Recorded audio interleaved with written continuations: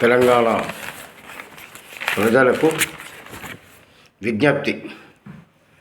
ఇప్పుడున్నటువంటి కార్పొరేట్ కాలేజీలు నారాయణ కానీ శ్రీ చైతన్య కానీ ఎలా ఉన్నాయంటే చెట్టు పేరు చెప్పుకొని కాయలమ్మేటువంటి పరిస్థితి. లక్షల ఫీజులు వసూలు చేసి నాకు ర్యాంక్ వచ్చింది అని చెప్పుకునేటువంటి వారు. నిన్న జరిగినటువంటి నీట్లో ఈరోజు ఒక ఈనాడు పేపర్లో, ఆ తర్వాత సాక్షి పేపర్లో అర్థమైందా? ఇక్కడ ఉండేటువంటి 2 పేపర్లో కూడా మీరు చూడండి. గౌరవ్ సింగ్ ఆయనకు 9వ ర్యాంక్ వచ్చింది. ఆయన నారాయణ కాలేజీలో ఉన్నాడు, ప్లస్ శ్రీ చైతన్యలో కూడా ఉన్నాడు.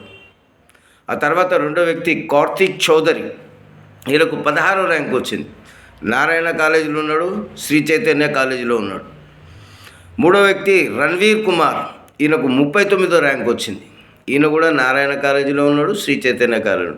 2 కూడా యాడ్లు సాక్షి పేపర్లో ఉన్నాయి, వాళ్ళ ఫోటోలు సహా ఇచ్చారు, ఇక్కడ చూడండి. అదేవిధంగా ఇక్కడ ఈనాడు పేపర్లో కూడా ఈ విధంగా ఇచ్చాడు. ఈనాడు పేపర్లో కూడా సేమ్ ర్యాంకులు. అర్థమైందా? ఈ ముగ్గురికి గౌరవ్ సింగ్ అంటే ఆయనకు 9వ ర్యాంకు, కార్తిక్ చౌదరికి 16వ ర్యాంకు, రణ్వీర్ కుమార్కు 39వ ర్యాంకు. మరి అతడు నారాయణ కాలేజా శ్రీ చైతన్య? ఇది వరకు కూడా అర్థం కాలేదు. పత్రికలు కూడా అవాస్తవమైనటువంటి ప్రకటనలు ఇస్తున్నారు. లక్షలు పెట్టి ఈ యొక్క సాక్షి పేపర్లో, ఈనాడు పేపర్లో యాడ్స్ వేసారు. మరి అది నిజమా అబద్ధమా పత్రికలు కూడా చూడాలిగా.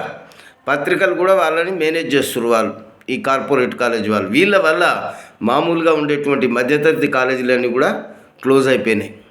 కాబట్టి తెలంగాణ ప్రజలారా, ఇప్పటికైనా మీరు నమ్మండి. కార్పొరేట్ ఉచ్చులో పడి మోసపోవద్దు.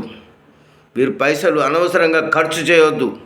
ఇలాంటి ప్రకటనలు నమ్మొద్దు అని నేను పత్రికాముఖంగా మీ అందరికీ కూడా తెలియజేస్తున్నాను.